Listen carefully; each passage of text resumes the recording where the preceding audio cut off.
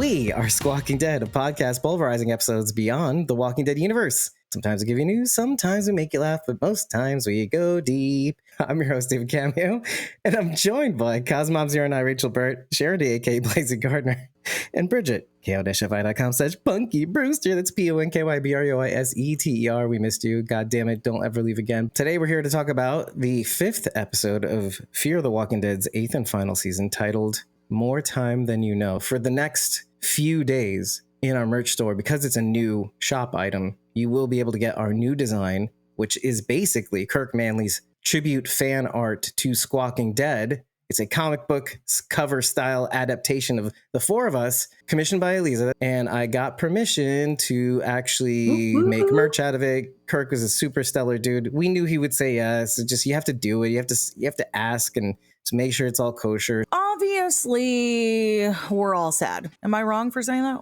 No, we're all sad. I liked Grace. Sad. No, we're all sad.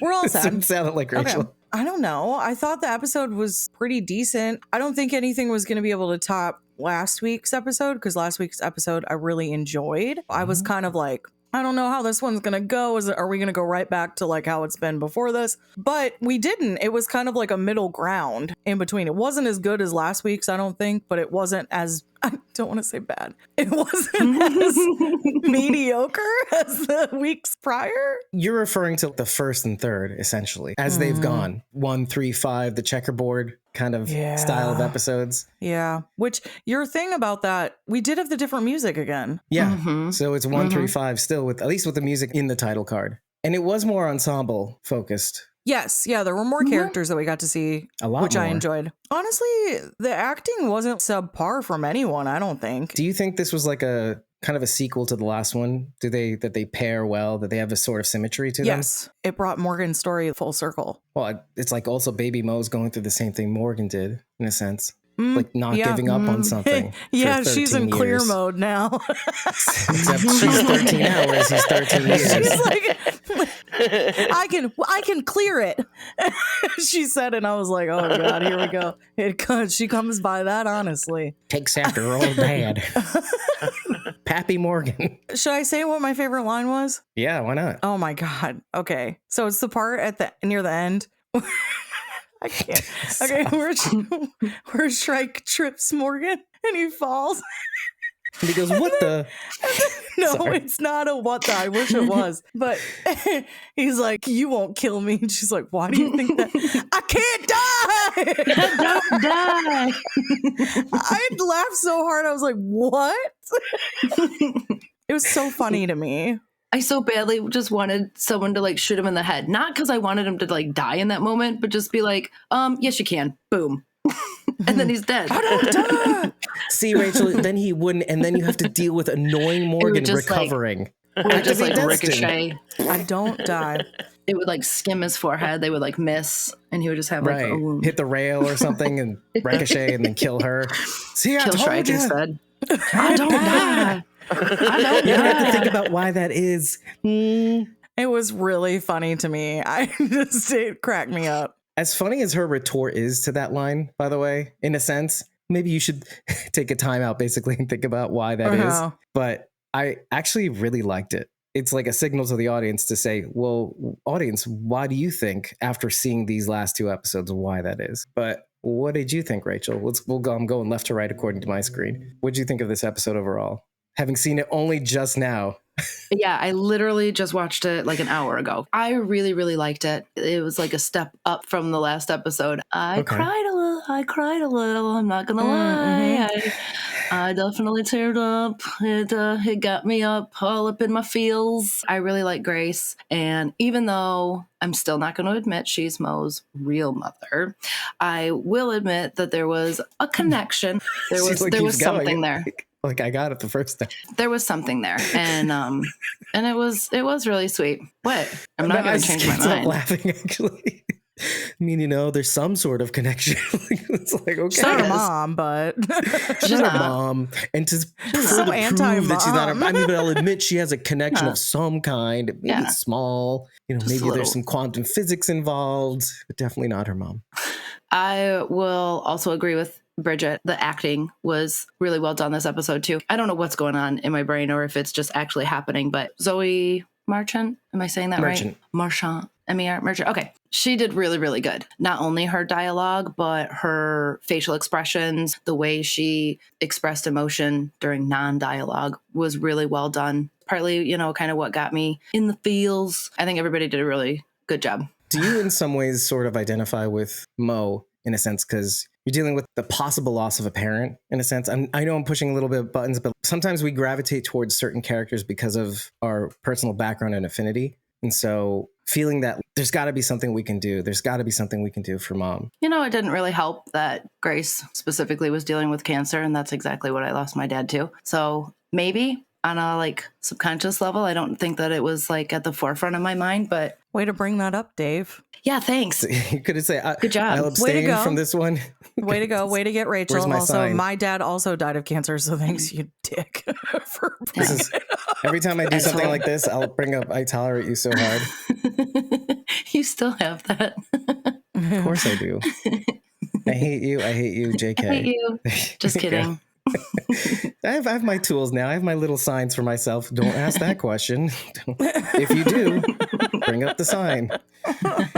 Tit for tat. I'll tell you, I don't know what it is about Morgan that sometimes I identify with some of the things he does, like apologizing when he doesn't have to apologize. Of course, that's me. Or I have this weird thing about sons and fathers and relationships with sons and fathers that I see even just saying that gets me for some reason. That's a lot of the reason why I love that character. No, I get that though. That struggle is real. Yeah. And the fact that it's so realistic for what beyond the whole scribbling on walls and all that stuff. And maybe that's just an expression of what it feels like to lose a child and have to deal with it in this kind of world. But even put that aside, his struggle is realistic to me more than anybody else's on the show. I didn't lose like a full grown kid. I had miscarriages. I went crazy, Dave. I cannot imagine what that would be like. As stupid as we all tend to think it is as dumb as we're all like, oh, great, Clear Morgan's back. Great. This is the thing. Someone clarified the other day.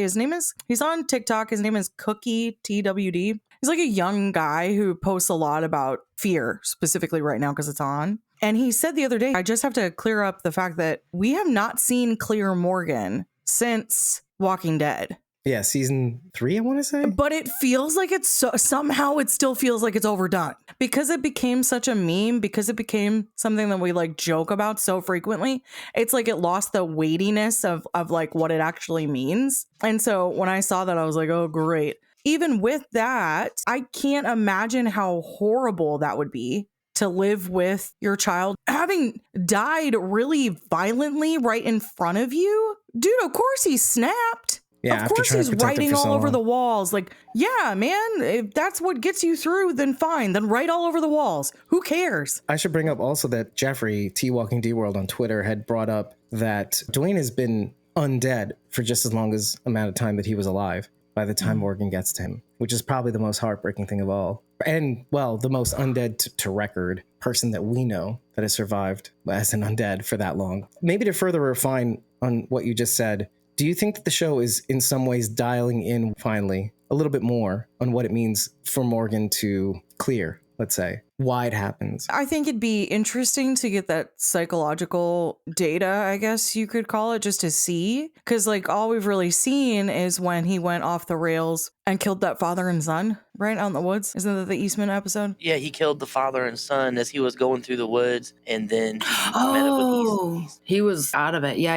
It was like a parallel for the wolves at that time. Yeah. Other than the episode where Michonne and Carl and Rick go back to King County looking for guns, and then Carl wants to go search the bar for a photo for Judith. We see Clear Morgan there. He's clearly cognizant because we get the mention to the peanut butter protein bar later, a long time later. So, so he's clearly aware, like enough to know what's going on. But I don't know, because I don't want them to overdo it, and then it becomes just a trope that they created in the show for this one character to just continually do this over and over again. I think it's a very relatable thing to do, though. Me personally, when I go through tragedy or anything, my instinct is to throw myself into work, to stay busy, keep my mind off of this thing that is causing me stress or whatever it is. And when you don't have a literal job to go to, it's kind of hard to keep your mind busy. So you kill walkers, I guess. And people. And He said people, he because you killed can't tell the anything that difference moved, when you're dead crazy. or alive. Yeah. Yeah. When you're in that state of mind, maybe you can't tell the difference. Or maybe you don't care. If the preview to the next episode is in any indication of like what he visually sees, I totally get it, because that was wild. Well, if I lost my kid, I don't think I would care about killing the living. I've already lost everything, so why would I care? Sounds Right. terrible, Well- but that's the state of mind I would be in. Yeah. Well, on that high note, Charity, what do you got for us? Okay, I'm not going to say that I like that Grace died because I don't like that Grace died, but Well, right. the most well done part of the episode, because I feel like the rest of it was just really draggy and slow. And little Mo, God love her, she's doing the best she can with what they're giving her, but she must have said it's my fault 15 times in 15 different places. Like, girl, it's my fault you didn't get to do this. It's my fault you didn't get to do that. I mean, I understand where they're going with the story, but it was just so repetitive. You know, Well, she it only was the said that at same the thing end. over and over again. It was just slow and draggy to me. I did not like it. It wasn't the worst episode I've ever seen. It was okay. It was fun seeing Grace come back as a walker. Yeah, 100%.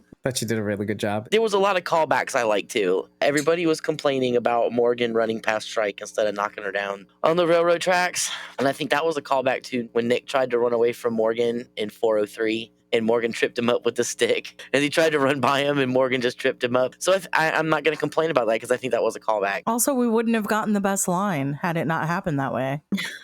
Yeah.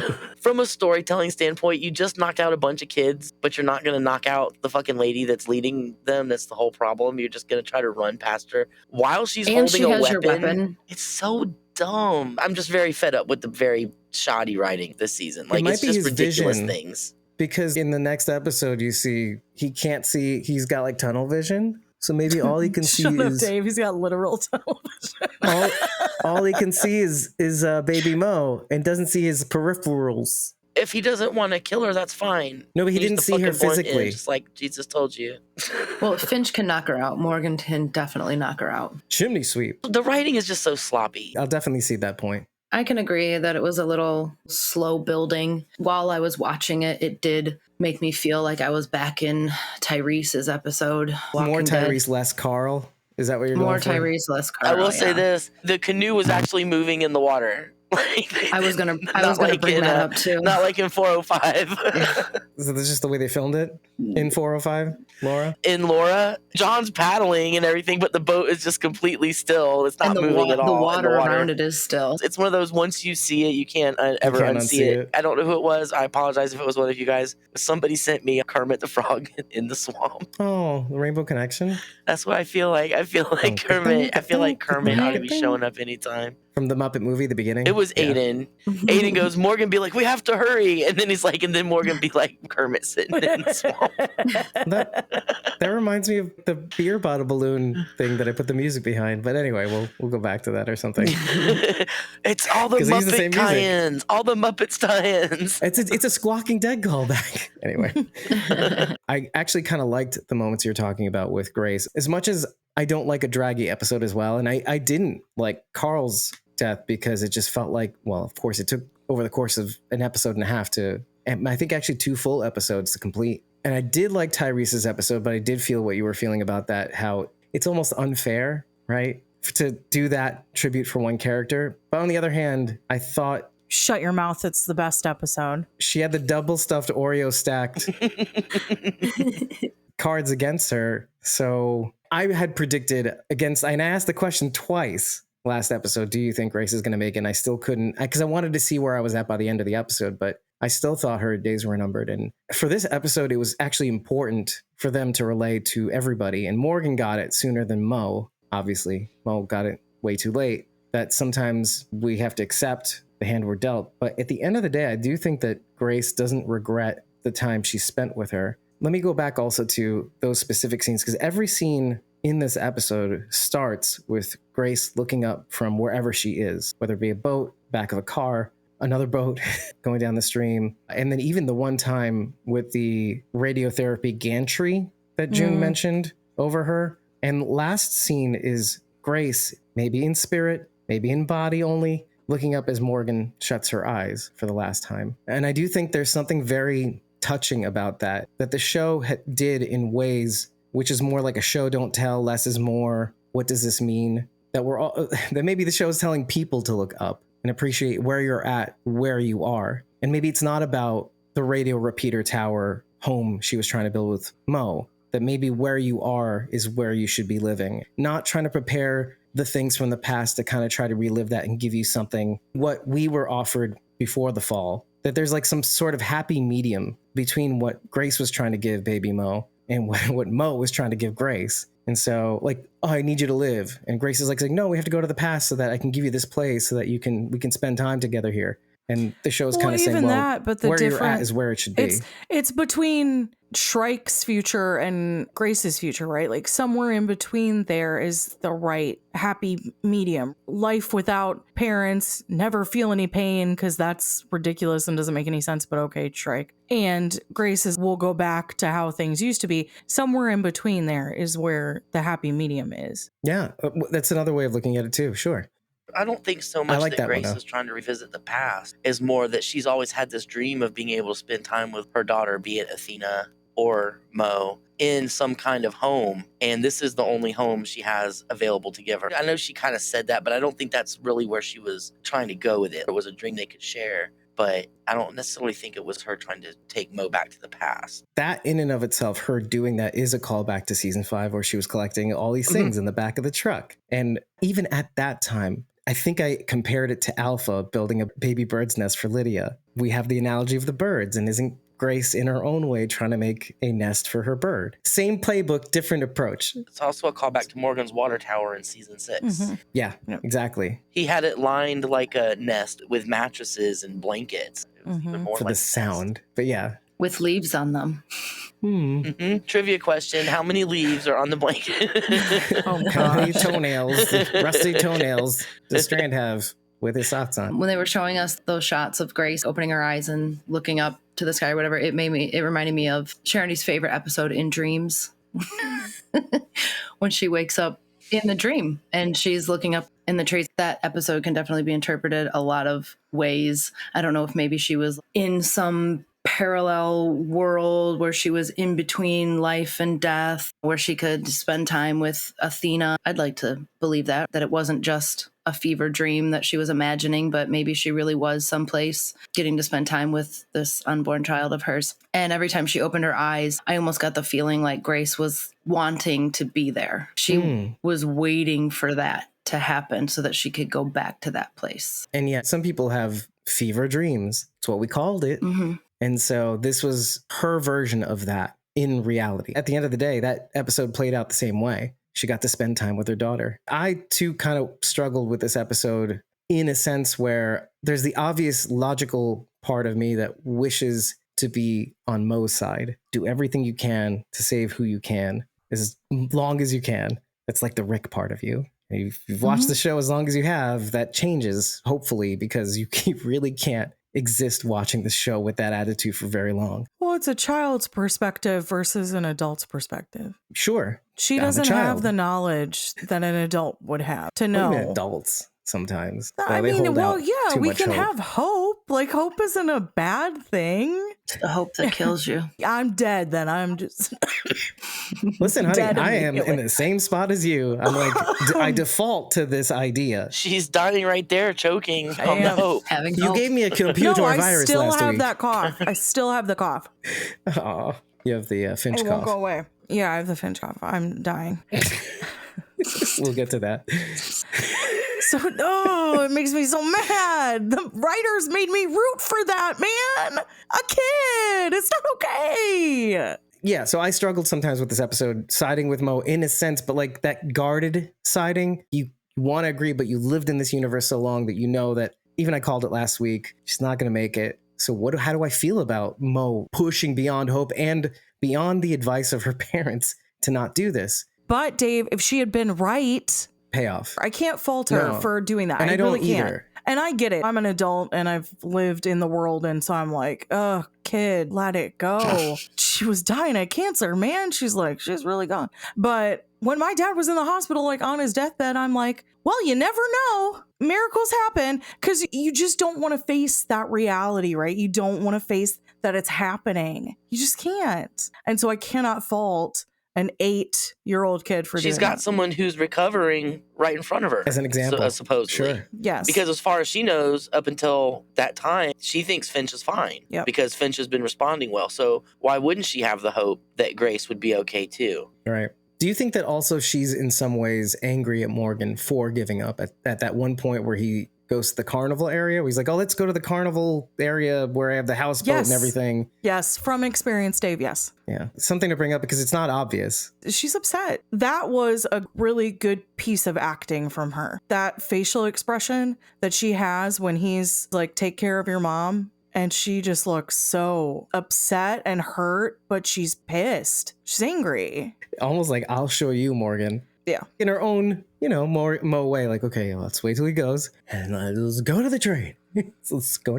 I want to go to Finch for a sec because it turns out, yes, his infection is back, et cetera, et cetera. We have to ask the same question we asked in the last episode in this one. And that is, do you think Finch is going to make it? And this is a tough one, especially considering we just talked about Mo and her attitude and her like never give up, never surrender. I don't even want to go there. Why did the writers do this to us? Why? What is the end game here? Either this kid dies and then I get what I want that I don't want to cure because that's stupid. Or 2, he lives and now a cure exists in this universe. Okay, well, we'll just take away all threats and then there's no interest in this anymore. What's your plan for the future? Because, well, now the shows are just going to be over because I'm no longer interested if there's a cure. That's dumb. Well, I guess then it's just you spreading the cure around. Great. Well, just like an amputation, it has to be done at a specific time before the infection spreads beyond the amputation point. So you could see the radiotherapy a lot like that. The conditions have to be such that you get them right away. The radiation dosage has to be fine enough. Yeah, but we know how these shows operate. They will use that then as like a plot device just whenever they feel like it. And I'm just not okay with that. That's what I was going to say. There's no telling with this show because it's so inconsistent. Fear of 2 years ago, they would have figured out some way to save Finch. No problem. Fear now, I don't know. Maybe aliens are going to come and fucking take everybody away or some shit. I have no idea. There's no telling. Just I have no this huge response plot to that. twist. Would it be beyond the pale on this show? No. Look, it's some fucking aliens coming. They can save us. They have a cure. And I the don't know if aliens have the cure. I can't. I don't think the writing is that far out there, but I think it's always a good thing to throw in a problem into your series or season that needs a solution or they need some more explanation. And we are getting it in this episode. It seems like this thing that we threw out there isn't quite the great white hope that it is brought out to be. Let's say. Good, but now I'm rooting for a kid to die. But it could be something like it's not a cure. Like they said, it's a treatment. So even Right. if you don't die, you still have to go and get irradiated every week or something like that. And you're still not 100% healthy and a whole person. You're not cured. You're not going to die. You're somewhere in between. You still have to endure basically chemotherapy Perhaps indefinitely. forever. It keeps you alive and existing, but All because some It's not bitch really with a a cure. bad haircut had to make a point. But there's always a dumb bitch who has to make a point on these shows too, by the way. The governor, liar. And then Negan, you made 2 Alpha. points. Alpha, that's right. So there is another dumb bitch in the universe trying to make a point, which classically, at least in this scenario, you do get to see Martha. both sides of Shrike. The altruistic side, Martha. Well, yeah, maybe.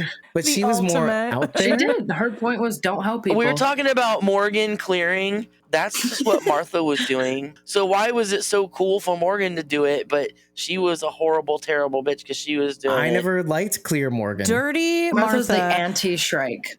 patron saint of dumb bitches and clearing. Agent saint of dumb bitches and clearing. I like it. But that The was really the whole anti-Shrike. point. That's why Martha understood Morgan more than anybody else, in her own way. But going back to Shrike, she is more of a classic Walking Dead villain in a sense where her motivations are altruistic, but she's kind of full of shit, high on her own supply. Yeah. She doesn't even know what's in those containers. Can we be honest about that? She's never seen inside there. She has no idea. They could be empty for all she knows. Maybe. In fact, yeah, I mean, that's very possible. But I think she believes, which would be completely unironic, that she believes so much in the vision that she loses the forest for the trees, maybe like her father or maybe like the kids. She is who she is brainwashing too. By the end of this episode, I actually liked the character Shrike a little bit more. I don't mean I like her and I'm rooting for her. Before, it was kind of like I'm baffled by this character. But by the end of this episode, I see how well she's manipulated, or at least the writers wrote a way to manipulate both Mo and Morgan in such a fashion that she got her clear Morgan. What I think, she was rooting for Morgan to go clear, and she's also rooting for Mo to come back to the fold. And she got both of those things in one fell swoop. Why are you shaking your head? That was the point I was going to bring up. I don't know that she ever actually wanted Morgan involved. She needed Mo and the other kids to think that it was their idea to go clear that shipyard. I agree to that. Sure. She doesn't seem bright enough to have put that together from the beginning. Like, she couldn't have master manipulated this whole thing. But the smile that she gives when Mo is like, I can clear it, and like goes to the other kids and is like, we can do it together. This is what we were taught for. I was like, dude, you're falling right into this trap.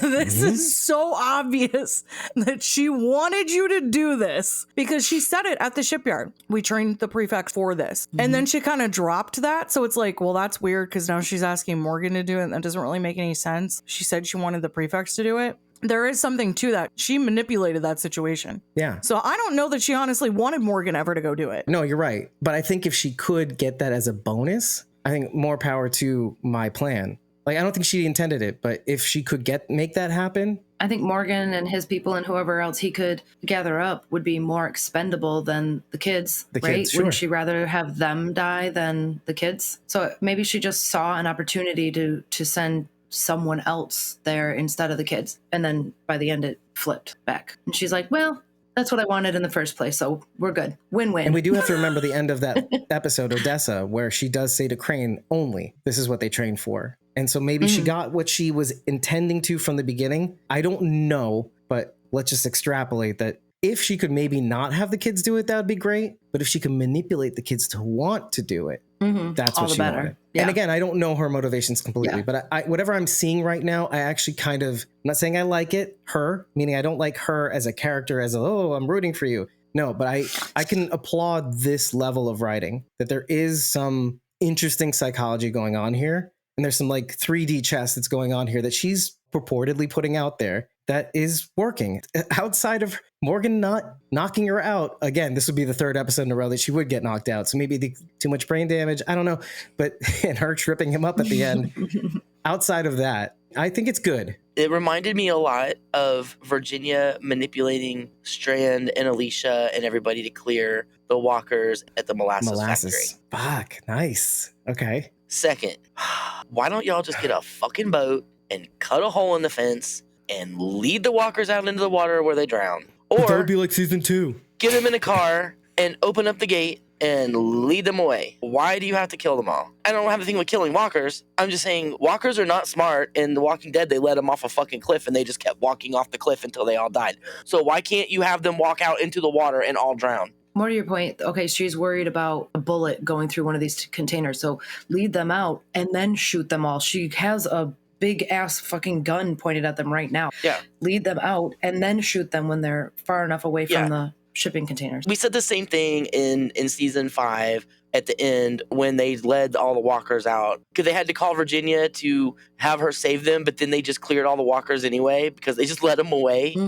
And then they all washed down the river. Is it so she can test the kids or some shit? Because otherwise, why would you risk all the kids when you could just lead them away and kill them out in the open or some shit? Yeah, it's like she wants to make sure like this batch is like worth her time or something. I don't know. Well, I think you honestly answered your own question, because it does go back to what she says at the end of the episode. But furthermore, I think part of that conversation with Crane was also that we're flying the coop. For all we know, she doesn't give a shit about the containers. What a pun, Dave.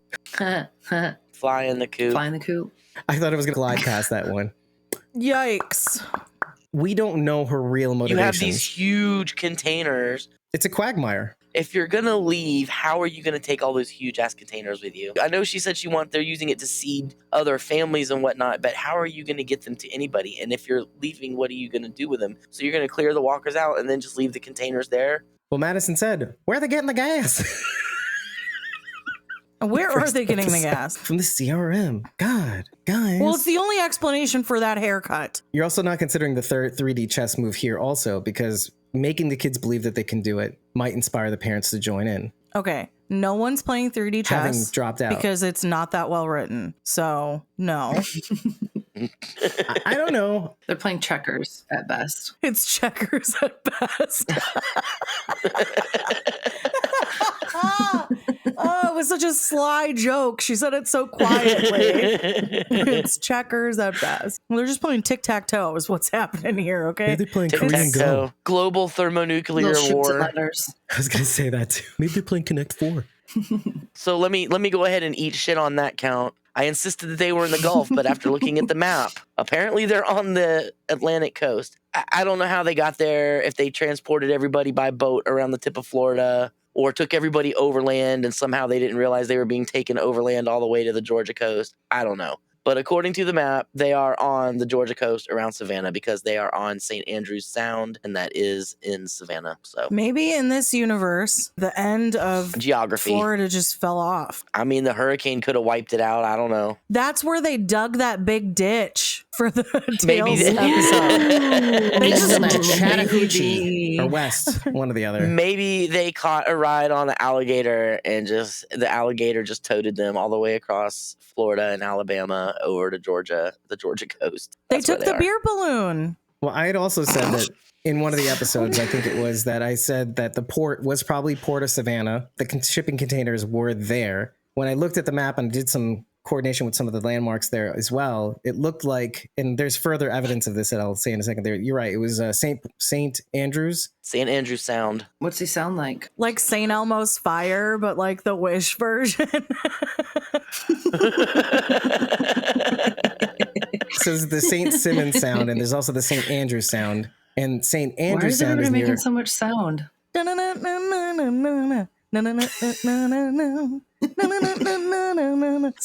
Andrew Sound. Hey, you're wearing a new shirt too. Now I just saw it. It's St. Elmo's Fire, but Oh, okay. Damn. St. Simmons Sound and St. Andrews Sound Oh, are near gosh. Jekyll Island, St. Simmons Sound. So which is where the beginning part of Walking Dead season 10 was filmed. I'm sorry. they're super, super close to my hometown of Jacksonville, which I find really cool. Oh, I noticed my that gosh. they were getting close. I've been to Jekyll Island several times. So there is more evidence that they are in Tennessee, and it's the train car number of where all the radiation equipment I is. thought you were going to be like, there's more evidence. I'm right. Turns Yeah. out. Did you say Tennessee? That is right. what I said in not quite explicit terms. Did you say Tennessee? How are they? Tennessee. They're on water, Dave. I was talking about where they were, like where the train car was. Now they're all up in Tennessee. How far are these people walking? Padre spreads from Texas to Tennessee to Georgia to Florida, Padre is what you're Texas. saying. They were in Louisiana where they got picked up. But the train car with all the medical equipment, the radiotherapy equipment, is train car 960053. I actually looked this up, and it's actually the train number for the Norfolk Southern passenger car in Chattanooga, Tennessee. Now, if you do a Google map search by foot and by car, it's a 40-hour walk from King County, and it's a 1 hour, 45-minute drive too. So Shrek could have been there and back to King County and back to the train car, or I did another Google search from where the train might have been. Are you counting the time that you have to stop and sleep and eat and pee, though? Because if you're going by Google, they do not take that And into kill account. things. Sure, I mean, but even Yeah, still, and like, kill what's things. like in this universe and telling these stories? This is not really a spoiler, Bridget. This is like Game of Thrones in season 7 and 8, where they just like teleport all over the fucking country. There's no time frame for anything. They're in Winterfell, and then all of a sudden they're in King's Landing, and it's like the next episode, and there's no mention of any time passing, so it feels like Travel. they're there immediately. If you're saying that Padre stretches from Texas to Tennessee, or even Louisiana, because that's right, basically is Texas. So Louisiana to Tennessee to Georgia to Florida. That's a hell of a lot of fucking area to cover. Well, where are you By basing foot. Florida off of, though? If they were in Louisiana, they had to go across Florida to get to Georgia, Mm-hmm. Because The top part. Because the or they had to go panhandle. the around top Florida. Well, anything is possible, but they're in the same general area. I'm just saying that's a very large area to be covering if you're just one small group of people. Well, even I said that, but it's possible that they're a lot bigger than they seem. Or at least they have a lot more people working for Padre than it seems. Or they are part of a larger faction. And who knows how much they've segmented themselves off of each other. You have the baby stealers. What are they called again? The collectors. They have people who repair things. They have people who are armed, adults who are armed. They have prefects who are armed, the teenagers. They have the eggs in training. They're mostly segmented off from each other except for the prefects. I wonder if that's June's only jar of fingers or if she has more, because she would have got 6 fingers if she'd cut off Dwight and Sherry's in that episode. So that was all in one day. Can you imagine how many she got over 7 years? She's got to have more than one jar. There's got to be a lot of fingerless people running around there. Yeah, there's more jars that we didn't see. It's probably where the ammo is. This is to help you pull the trigger. All these fingers. In case you lose yours, I'll attach another. Ew. But anyway, I just thought that was kind of interesting. And also the map itself shows a little bit of a lot of bit of Tennessee too. So there's a lot of Tennessee Southern would landmarks. be Virginia. Yep. Norfolk Southern would also be originating out of Virginia. Yeah. It connects the two, essentially. Norfolk Southern Well, I mean, in just Chattanooga, forget Tennessee. South I mean, with the Carolina and North travel- Carolina, I guess. Like, we just Right. teleport. Would the travel time be any different if they stuck to just the train tracks? Because we saw Mo on that little old-timey thing. So if that's how they're getting to and from all these places quickly, maybe that's a quicker way to travel. I don't know. Yeah, I mean, that was part of a bigger train too. So it's anybody's guess. And that thing, it's When called faster it's called than a hand walking, car. but it's whatever. Yeah, whatever. What, get it. did you used to have one? Yeah. Because you're old. Well, until they upgraded my hardware, and then I moved up to steam power, and then when they upgraded to circuitry, I'm saying I was originally a train car. Oh, okay. The more you know. David the train. But you were before that. He You was were the a caboose. hand cart. Man, you started with St. He was the Andrew's caboose. Fire, Andrew's Sound.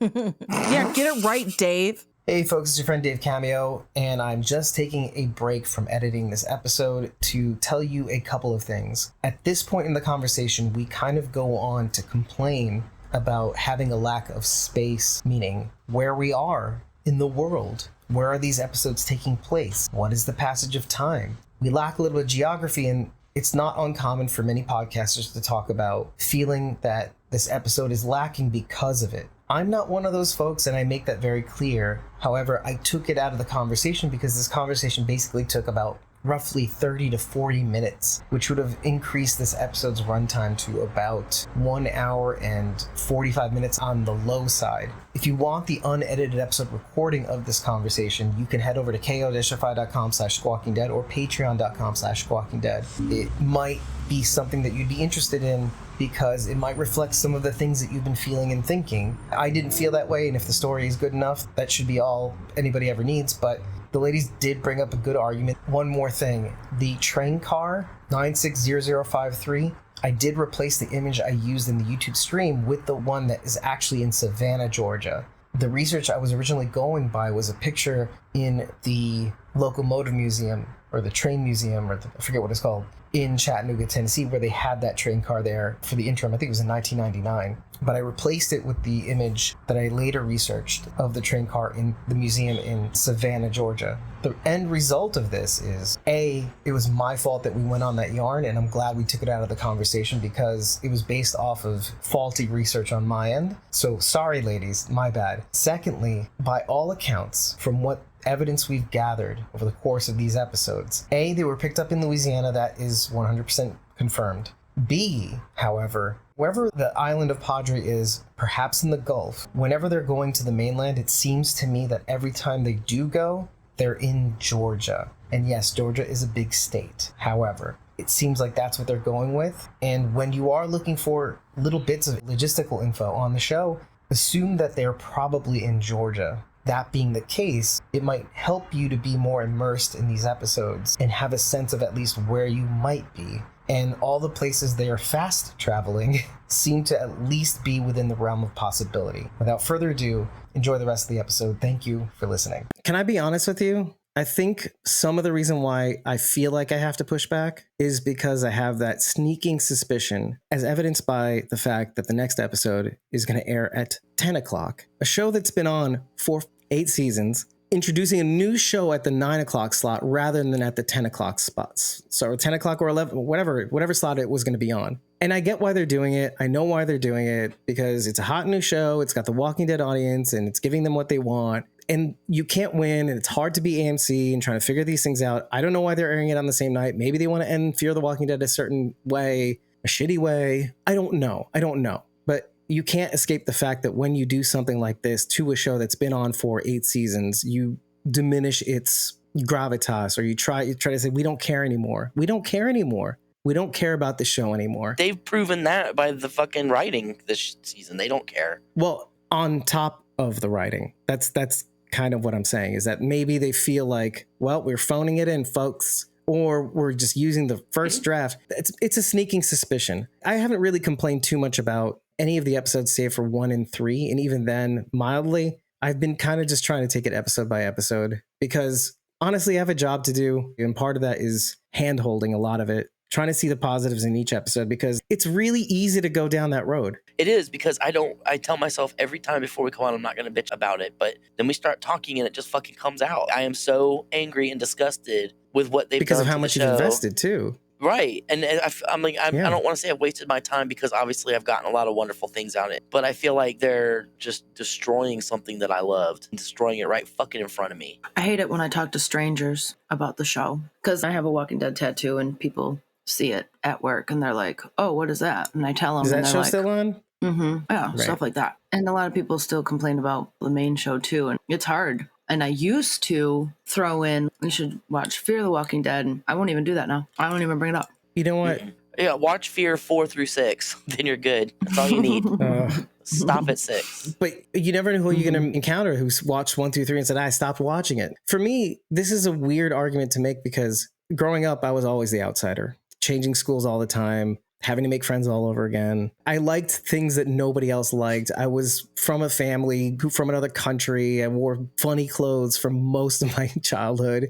So I got used to feeling weird, left out until like middle school. And then like, why do you like me? I've always felt not right. So it made it really easy later on watching The Walking Dead, people saying, is this show still on? And be like, yeah, it's on and it's great. And here's why. You know, if it's other people, I really don't care. I love what I love. Fear, though? Yeah, I still do that with Fear. I love what I love. And there's reasons why I love it. And last episode, I was so proud of it. I was very proud of it. Our breakdown of it was very super sweet. And even this one, to a certain extent, got me emotional in certain spots. The cinematography was incredible. Mm-hmm. I will say that. The device of using Grace in that manner, every scene. When Dwight and Morgan and Grace were being chased by the boat, and it showed the wide shot of them and the boat coming up, man, that was beautiful. But the cinematography has always been fucking choice on Fear the Walking Dead. It's one of the things I loved about it the first time was how beautifully it was shot. And they have managed to keep that. The shots in the swamp and stuff, that's beautiful. But I think they took a less is more approaches with this season too, to make up for maybe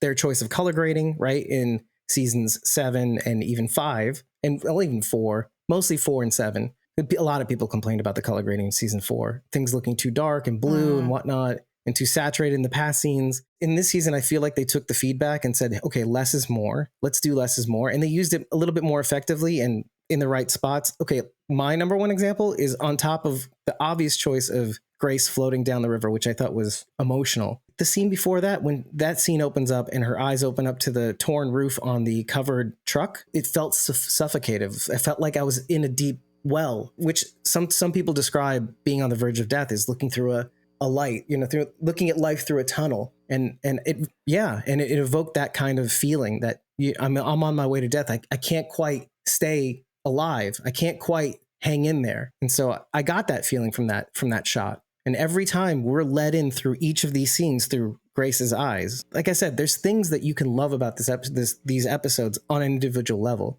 Well, yeah, I mean, I loved. Yeah, well, obviously. I'm not saying yeah, F the show, I hate everything. Like, that's not what I'm saying. I'm just saying, like, right. I'm saying, like, I'm not saying that. I'm disappointed at certain. None of us are. I'm disappointed at certain Right. points. And this, what I brought up last season too, like, I just don't like being treated like the audience is stupid. We're Right, not. super dumb. We're not dumb. And I'm not saying you have to show every little thing, but give us something. But there are parts of this that I really, really enjoyed. Seeing Morgan save a child, his child, by not failing to just put Grace down. His story came full circle. Finally, we finally got the redemption that he wanted. And you felt like you were getting it in this last episode. It even went a step further and he was able to save his daughter from Grace, who was attacking. It was like exactly how Dwayne had gone down. Right. He got to relive that moment He and got to actually relive succeed. it and do exactly what he needed to. And so we finally got to see that. So that was beautiful. I was so thankful for that.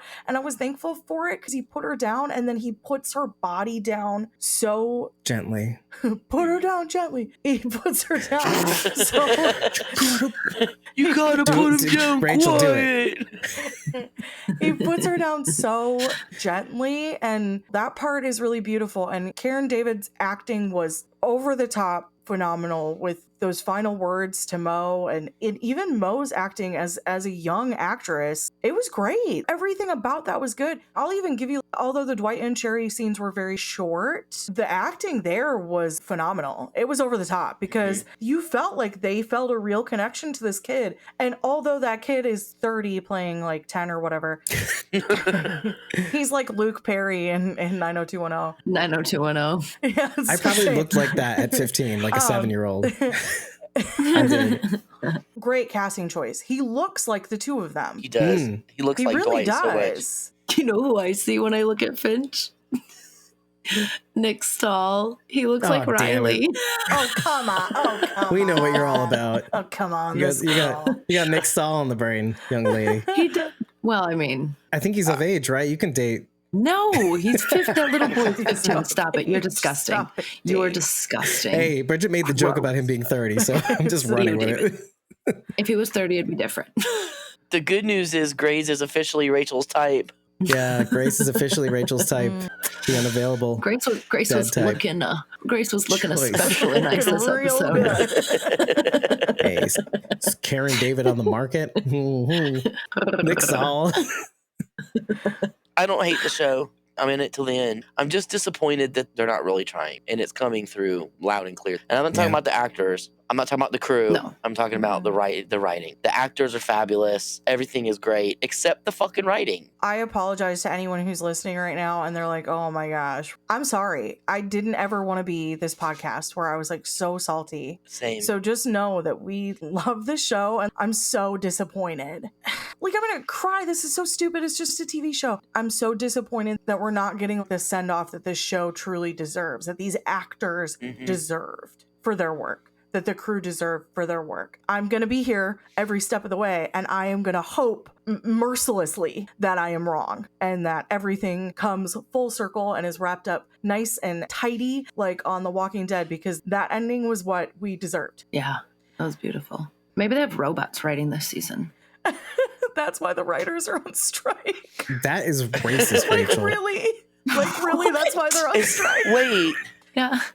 is that what happened? My Did the AI Fear writers brethren. go on strike early, and they Maybe the Fear writers have Maybe been they on gotta strike, jump and on they it. let ChatGPT has been writing What this season? Guys, seriously, but not seriously. What if like you've been disparaging me this whole time because I've been writing this last season? That's why Or he's at so like least my- vehemently fighting The against copies us. of me Right. have been No, it's working behind really the scenes. good. Can you imagine? Your robot brethren. We're all patting each other on the back and they're all me. Oh, Like, God, this is genius. Good job, David. Good job, David. Great job, David. Yes, you too, David. So wait, Well done, so David. we're saying the writing is mansplaining to everybody. I mean, it feels a little like it, doesn't it? If you put an infinite number of monkeys with an infinite number of typewriters, eventually one of them will reproduce Shakespeare. I don't think our monkeys are Shakespeare. No, I don't think so either. Maybe they only have 1,000 typewriters. I'm going to reiterate it a couple times. It's that She's got jokes tonight. it is hard to like this writing. for sure. Doesn't help that it's the last season. And I don't know about you guys. I definitely think that they could have used more episodes, even if they were going to be a little bit longer, to tell this story the right way. Like, just put a fine point on some of these stories, get some of the technicals just right. Like you mentioned, I'm not saying it's hard to please everybody. I warned about that in the first episode. This show is going to break even by pleasing most people, or trying to please most people. It's going to fail at pleasing everybody. There are going to be people who said this fucking season blew loads in your face because it hates you and disrespects you. But Wow. I do think that in the process of trying to please everybody, they're not going to please a lot of people, especially the critics, because they're never happy anyway. When it comes to us, that's when it draws the line, though. Once it starts reaching us, that's when it's going to start really dividing us and being hard to watch. I'm not going to be entirely happy this season without Sarah. There's no pleasing me entirely unless you kill off Madison and bring back Sarah. That's another thing. No Sarah, no Wendell, not even a mention of them. How hard would it have been to say, oh, they give us a their good raft explanation. sank or something? Mhm. Something. But no, they're Specific just gonna about these characters. just not even gonna ever mention them again. They just vanished off the face of the earth. And I can see it with Wendell and I can see it with Rabbi Jacob, but Sarah was a series regular. I think she deserved better. I'm looking at you, Tales creators. Well, that's kind of like my hope. My silver lining is the less they mention, the greater of a chance that there's something they can do with that. Because the fact of the matter is they're not going to do it on Fear. Even if they don't give us, oh, these characters died, they could still mention them. I mean, we've talked about Charlie, we've talked Charlie about and Luciana. yeah. So why not mention these other characters, even in an open-ended conversation? We don't have to have, I saw them get eaten by a shark. Shout out Sharon Day. If you get the files, then you can find out what happened to Sarah and her brother. No, we're only concerned about Charlie and Luciana. Oh, the Padre files. I didn't know what you're talking about. Like, I thought you meant my computer files because I wrote the show. Damn it, Dave. That's from, Write you it know better. how they call Padre 3 and Padre 2? It's David 3, David 2. You gotta call in the different Davids that wrote the show. Sorry. Okay, I'm sorry I couldn't David please one. you. Are you David like one, come in. multiplicity where you can make a copy of a copy and it just gets a little They thinner? get dumber. Just degrades. like the Matrix. Guys, let's be honest. The first one ain't that great. Stop. Oh, stop. We're starting with a rotten batch already. Stop it. What's wrong with this guy? It's like Rachel's like making the face like I didn't want to say it, but Stop that. No. We don't think I that. don't want to say it. Not even gonna justify that with a comment. I'm just kidding. There are no bad Shut up. robots, just bad programmers. Don't make me call David Carranza. I'll take that. Because Right? Carranza will give you the lift your ego needs right now. What about some Easter eggs? Yeah, let's talk about Easter eggs. Grace's place, Carousel. Yeah. right? The drawing of the carousel on the painting. wall. Carousel. Oh, yeah. I did love that. Did I also see a little microscope in that room? I didn't, but I'll look. I thought Maybe. I saw a little microscope and I was like, because Grace is like a scientist, right? Yeah, I thought she Sure, was. no. Yeah, I thought she was. Long pause. She could have been. I don't really know. I assumed that she was. The fact Yeah. that she was able to work medical equipment and that she worked in a nuclear plant. Maybe we should call her like physicist, not scientist, maybe? I don't even know. She could have been like Thomas, a radio She tech. could have been a janitor, and then when everything went to shit, she just kind of jumped in and took She could over. have been. No, I feel like That's she true. mentions working on her team with like the other people. Yeah. Who She were could have trying had to a stop it. janitorial Quick. team. They were trying to stop the leak Athena's from dad. happening. Yeah, it was like Yeah. a leak in a toilet. That's all. Oh, wow. Well, I really misread Sorry, that I'm situation. joking. I'm just going off of Sharon. Sharon said. But you're right. Yeah, it seemed like she knew what she's doing on that Yeah. front. I see what kind of physicist. I'm with you, Is she a Rachel. I tech? assume she's a scientist. Thank you. Yeah. But yeah, I just don't know. I don't know. Maybe I made Yeah. a leap. But that's what It's I always fine. thought. Maybe it was for Baby Mo. Maybe he's like, oh, here's what we used to look at things in microscopes. It's and like stuff. after the first nuclear fallout thing, like how much can I pay attention to anybody talking about anything having to do with that? anymore. Sure. Go. I should mention that the coordinates that Grace gives Dwight/Morgan, they fall thousands of miles west of Morocco. I kept trying many different configurations of those coordinates. They don't fall anywhere in the United States. They're in the ocean. See, he didn't want to bring Oh, this up gosh. earlier when we were were complaining. Please take me here to the middle of the ocean where we're all drowned. No wonder they were like, we're not going there. What is this, Grace? Is there where we live in Atlantis? Anyway. Well, I'll speak Arabic. No, I said we're off the coast of Atlanta. Morocco. Oh, woo. Atlantis. Grace is crazy. I don't die. The way he says it, the delivery is so funny, dude. Well, we also have to bring up the birds. I'm just warning you from now. Oh, I know. I didn't even bother to look it up because I was like, Dave looked it up. I know It was kingfisher and Magpies. Yeah. magpies are super, super smart. They're like crows and ravens. Smarter a little bit. Well, smarter and dumber. They can mimic human speech, and yet they're dumb because they like going for shiny objects. So do we, though. Well, dumber. Yeah. After Gold, dark. silver. There is something I did Right. want to bring up, though. Do you think Mo, at the end of the episode, helping the prefects and all the kids probably helping too, who knows, do you think this is a long con? Or do you think she's genuinely on board with Padre and she's like Who's rejecting? conning? I don't think she's on board with Padre. I think she's doing it to save Morgan so Morgan doesn't have to do it. Because she was like, Padre's been lying to you. Blah. I don't think she's on board with Padre at all. This is what you want, Strike. Oh, fine, I'll do it. Leave my daddy alone. It's not for you, it's for my dad. His reaction was my reaction when she's like, I don't want to feel this way anymore. And he's like, she's not going to help you with that. I was like, yeah, dude, exactly. What dialogue is What's this? this lady Bridget wrote gonna the do? show. No, Bridget- I won't take credit for this one. All right, no. we'll go you back to don't. me. Oh, no, Sorry. you don't. You're not putting this one That on was me. all you, robot. What about you, Rachel? Where do you think she's at mentally? Is she doing a little complicated sort of her own Shrike third level chess, or is it simple? No, and she's going one side or the other. My knee-jerk reaction, initial feeling was kind of what I said earlier. When I'm going through something, I just want to focus on something else. I want to take my mind off the thing that's bothering me. So I feel like maybe she's throwing herself into this to not think about what she just went through. And whatever happens afterwards, happens afterwards. I'm not committed this way or that, but this is what I'm doing now. Is that what you're saying? Yeah. I gave like a big eye roll when it happened because in my head I was like, this is such a typical teenage thing to do. Yes, she's not a teenager. These kids are living in the apocalypse, so it's different. They're not going to be an 8-year-old that's grown up playing Super Nintendo and doesn't know anything about the real world. That's not how this world works. I can get beyond that, the 30-year-olds playing children. It's fine. Right. And isn't that what makes it scarier? Oh, really? You don't want to feel this way anymore? You're just going to give up everything, all of your morals and beliefs? So stupid. Sorry. I got a little weird. I don't know what happened. I was like, what's happening right now? Oh, you little shit. Little cry, baby Mo. Cry. Cry, baby.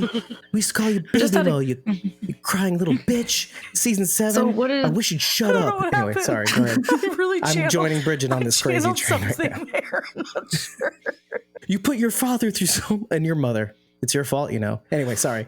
Rachel, you were about to say something. Sorry.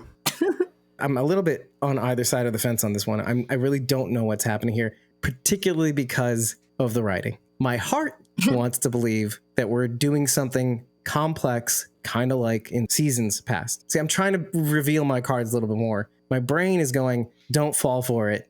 It's not as complicated as you think it's going to be. Oh, but I'm Maybe gonna even hold like out what hope it Rachel's is, saying. Dave. I'm gonna be like, yeah, you're tricking them. This is good. Yep, you're gonna trick them good. To what end? Is that the end goal here? To kill Shrike? I wasn't even thinking that far ahead. I was just thinking about this moment of trying to rid the walkers in the shipping yard. Is it just to get her mind off of her mother's death? Is it trying to save her father? I don't know. And actually, this is to Zoe Merchant's credit. She plays it off really well. She gives these monologues in a way that's refreshing that, oh, I'm listening. Even I'm on board with her. Oh, yeah, let's go. I'm a 44-year-old man. I'm with you. Let's go. I'm a prefect now. Oh, great Prefect. casting. Great I'm a casting prefect now. choice. He's playing a David's 16-year-old. playing a He's playing Yeah, a My 16-year-old. shoulder David's isn't quite working. 16-year-old. No, I'm playing an 18-year-old. I'm aging out a little bit. You can't give me that much credit. I'm preparing myself for whatever is inside of these containers to be a huge letdown. I think it's fair. I feel like we're being set up for something, and I'm not going to allow myself to get excited about it. If they have left food products, clothing, anything like that in those containers, non-climate controlled in Georgia for 12 years, everything in there is going to be rotting and full of mold. Anything less than Sarah being in those containers is going to be a disappointment. Why is she there? And yet you thought of something that was like... She's got a brewery in there. She's been cranking out beer and hanging out in one of the She's been containers. making beer the whole time. What did you expect? What took you so long? All the supplies are gone. It's just filled up with cases of beer now. This beer is called dirt. It's made from fertilizer. No, this beer is called Eagle, and this one is Hawk, and this one is Dove, and They're all this one is Dodo Bird, and this one is Great Tit. Right. This one's right. Bad tit. Blue-footed booby. It's called Yeah, blue-footed prickly booby. But I kind of like what you were saying, Rachel, is that what if this is all for naught? We're putting a lot of expectations on these shipping containers and they happen to contain nothing. Shrike doesn't even know it. And it's like, what was all this for? Mm-hmm. Kind of like Morgan at the end of the last episode. What was all this? I put you in danger. I put you in danger. And I'd be curious. Danger. High voltage. How would you react if all of this was for nothing, too? I want to see that. I want to see Shrike fall apart. Yo, I want her dad to be one of the dead that comes out and like bites her or some shit. Her dad is still in there. Yeah, probably. Yeah. Mm-hmm. And she has a moment like Morgan, too, where it's like, I can't do it, or make the kids do it. Maybe Dad bites Crane and she can't save him. Just as he was about to in the past. Listen, like I said, my heart is there. My mind is like guarded. Here's where we're at. I'll take this one episode by episode. I would like to see a symmetry between Shrike and Morgan, Shrike and Baby Mo. See if the ghosts from her past come back to finally see how it feels to be her. There was also a little bit of parallel between June and John and Morgan and Grace in that he got there just a second too late. Mm-hmm. He had to put Grace down. Oh, not that. I was thinking of Daniel and Ophelia too. Oh, Yeah, I thought about I was that thinking of too. that as well. It's all bad. Yeah. It's all bad. Mhm. Aw, Bridget. Let me brighten it up a little bit with the reminder that the little hug between Dwight and Daniel, because I it's easy to love that. forget that they were buds in season 5 and rode around in the Swatty with Sarah, and Daniel cut his hair and all that stuff. So I really loved that little. It was just a little thing, just a little hug as they met each other, and then that was it. But I was like, His man "Aw." pubes. His face pubes. Face pubes. I'm sorry. Face pubes. Face pubes. You know, it's funny that you mentioned that because as we were talking about what Grace was trying to do, and she was trying to put satellite dishes and solar panels in the back of that truck in season 5, it was, right? Well, it does bring us back to Daniel having to get on that walk and go, I'm so sorry, Grace. Because he was the one who spent time with her. There's 210 words per minute, I think it was. Or no, Mhm. No, that was the one where they were in the mall. It was the one after that, I think. With the beta reveal. Remember the album that falls out in her stack of albums? not leave what you don't, Oh. take what you need. Him having to tell her that he's sorry. It's kind of interesting because there's this interesting parallel to what she was trying to do with the repeater station. And it evoked that episode all over again. She, just like a lot of our characters trying to recreate the circumstances of what they were trying to do before. She's one of them. Daniel's still here. And Daniel has to let her down easy. And they had that singing part at the end of the episode that made me a little emotional too. It was the Yeah, Traveling when they played Wilburys. the guitar together. He played the guitar and she was singing. No, she played the guitar and he was singing. No. One They or the also other. sing together at John and June's. They sing together were at John both and June's singing. wedding too. So I thought that was a touching moment too. It's a good episode when you can hit all the emotions. Yeah, I guess so. As sad as it was, I think this was a good episode. I think it was a necessary episode, facing what you need to face. I think it's bold that they took out a main character as well. And I've mentioned this right after the episode aired. In my head, also in the spoiler chat in Discord, it's a lot more than what they did in The Walking Dead at the last season. Taking out somebody who's a little bit above, like, say, a Luke, in my eyes. I mean, the Fear cast is a little bit on the smaller side compared to The Walking Dead.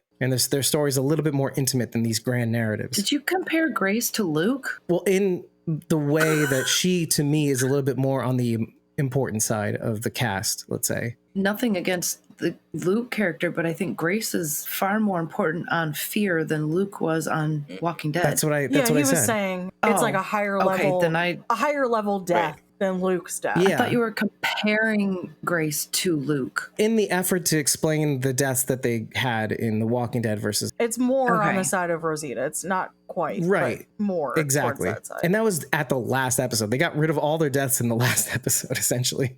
And this is by far not the last episode. And I also kind of think, I don't think, and maybe this is something that we can bring up, is do you think this is the last main character death? No. Which would put it a little higher in my mind. And I disclaimer, I'm not one of those people that say, oh, deaths for deaths. Like, let's have death for the sake of death, or death with meaning. I think there'll be at least one more. I think at least Morgan will die before the end of the series. Ooh, bold prediction. That's not my prediction. I don't know. I hope so, but I'm particular on how it's done. Like you just said, David, I don't want death for the sake of death. If we're going to lose our main characters, I want it to be done well, and I'm nervous. For me, it's more, I hope it drives the story. It doesn't have to have meaning. It doesn't have to have purpose. What happens after the death is just as important as what happens before the death. Kind of like this episode. I kind of feel like, fuck, I'm choking up even talking. I kind of feel like we might lose Dwight, because I think losing Dwight would be surprisingly impactful for a lot of viewers. I think a lot of people would be surprised at how sad it would be to lose Dwight. Oh, I would hate because that. we've known this character for a long time, and I know it would really fuck me up to watch Dwight die. In a weird way. I feel like Dwight needs to go to France and reunite with Daryl, though. The yin to the yang. My money's on And then Strand. Daryl kills him because he said he would. He said if you come back here, he's not in the same place. He didn't say anything about going to France. He get a Okay, fair Morales, enough. right? She's like, I told you. Yeah. Anyway. Bridget, would you be emotionally affected by Strand? I think so. He is one of my favorite characters. I've always enjoyed him. I've always thought he brought a sense of levity and drama to the show that I've always really He's enjoyed. mixed it up. Yeah, and Coleman's such a great actor, and he's like almost Shakespearean. He just has that presence. That's called gravitas, Yeah, baby. he's got it. His manner of speaking is so beautiful. He's so eloquent. My money's on Strand, and I think it's to make up for what happened with Alicia specifically to Madison. I think he will finally make a sacrifice. And I would love that ending for him, because as sad as that would make me, it would show that he had grown and that he had changed over the years. We saw a little bit of it, and then they backpedaled so hard on it in season 7. So I really would like to see him grow in that way. I think that could happen. I don't want anybody to die. We've lost Same, enough yeah. characters already because they just washed them right out. I honestly only want one character to die, and it's not Morgan. It's Madison. Me too. I mean, she's already dead, so it shouldn't be too big of a deal to kill her off again.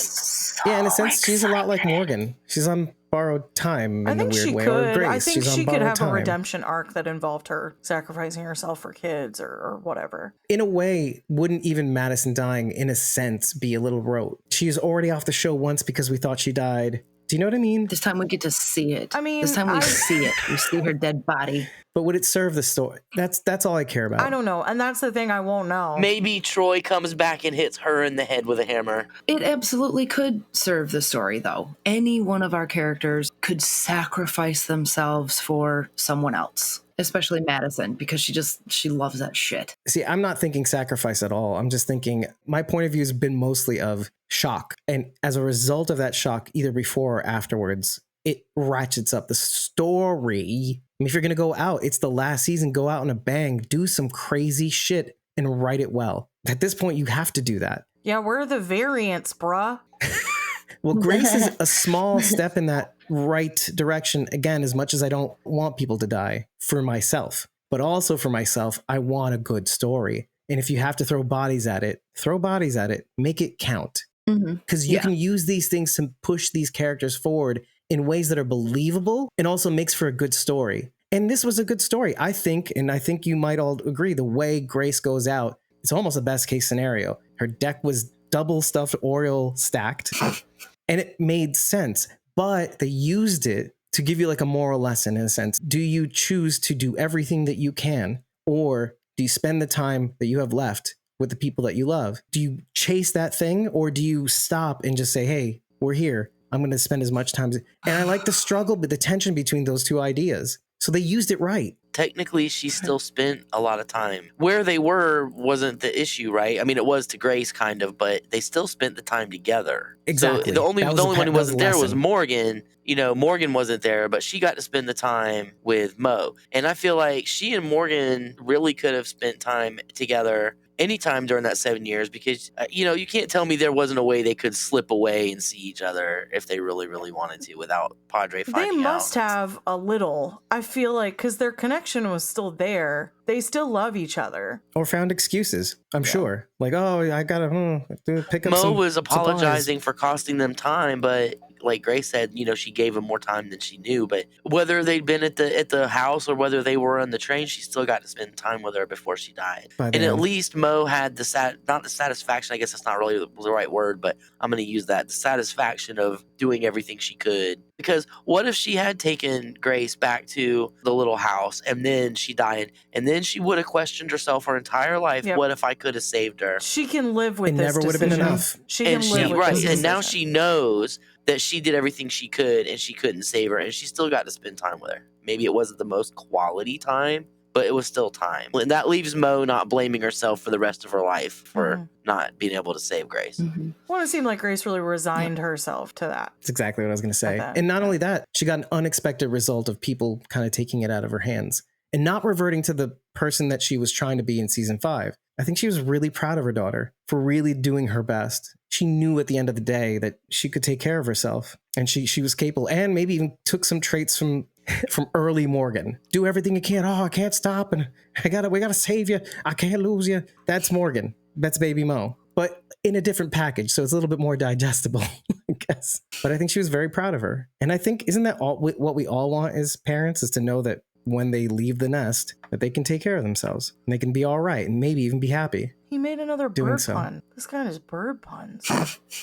Well, that easily transitions us to the birds in this episode. They are, again, these symbolisms, we were typically doing it for the person that was called that, but really this pertains more to We these literally episodes. knew nothing about these people.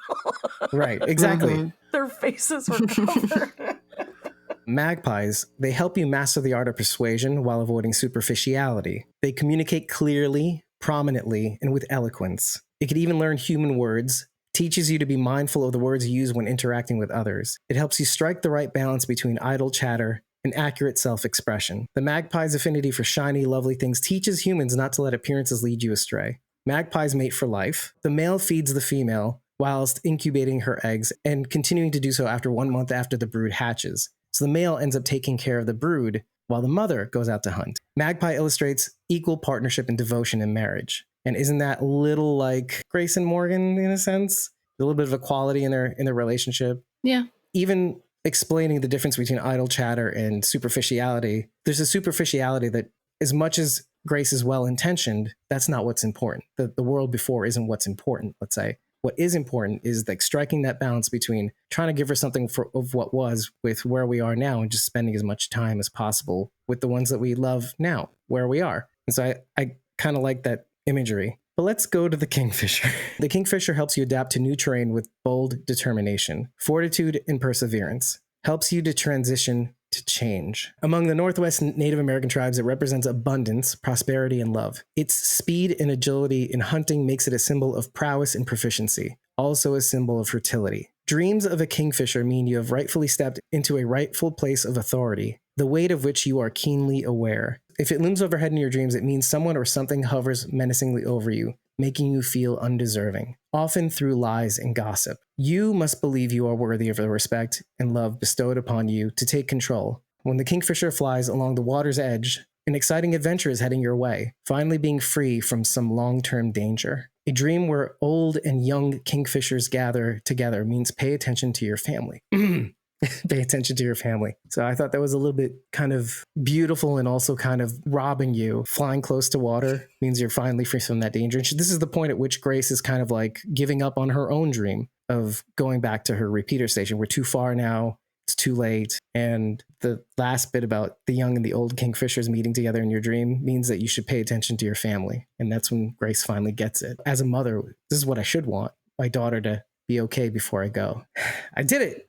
He made it. He made it through it. Because I was like literally tearing up while I was trying to write that. It was kind of beautiful. Even the part about like whom I consider maybe Morgan at the time. Sometimes people kind of berate him for being the leader on the show, which is being a growing sentiment that people are resigning themselves to at this point. rather than Madison, rather than June, rather than. So I thought that was a little extra thing for me personally, but then it goes to family. Folks, it's been a long night. If you like what you've heard, head over to ratethispodcast.com/squawkingdead. 5 stars and eggplant is all we need to know that you love us. Tell us what you liked. Tell us what you didn't like. Tell us what we may have missed. I'm guessing we might have missed a couple things. Remember to tell us after every episode. And if you really like what you've heard, consider, first of all, following us for free on either Ko-fi or Patreon. It's the only place where we post our recording schedules, which you can attend the recording sessions for free. And should you decide to tip us on Ko-fi for 30 days of supported back content, you'll receive the unedited episode recordings, as well as a whole host of little perks that you receive because we're nice people. And consider maybe even joining for as little as $1, the Walkers tier, which gives you Discord access and all those other perks in perpetuity. And as always, the Whispers and Survivor tier members receive shout outs at the end of this episode, which are showing on the screen right now, as well as at the end of the podcast episode, along with 50% off the merch store, which I just threw in the Ko-fi shop, the link, so that you can always have access to it whenever you need to, which Charity's showing off now. And so is Bridget, right? Bridget, you have a shirt too. I noticed it later on in the episode. Yes. And in any case, I've been your host, David Cameo, and I was joined by Cosmom09, Rachel Burt, Charity, aka Blazy Gardner, and Bridget, ko-fi.com/Punky Brewster. That's PUNKYBRUISETER. Thanks so much for joining us on this wild and lovely journey. I am going to cool off my circuits in a bit. Why don't you all do the same? We'll see you next week for the mid-season finale of Fear the Walking Dead, as well as The Walking Dead Dead City. How do we do this fucking show? I don't know. I have no idea. How are we going to do it? We do it somehow. Just survive somehow.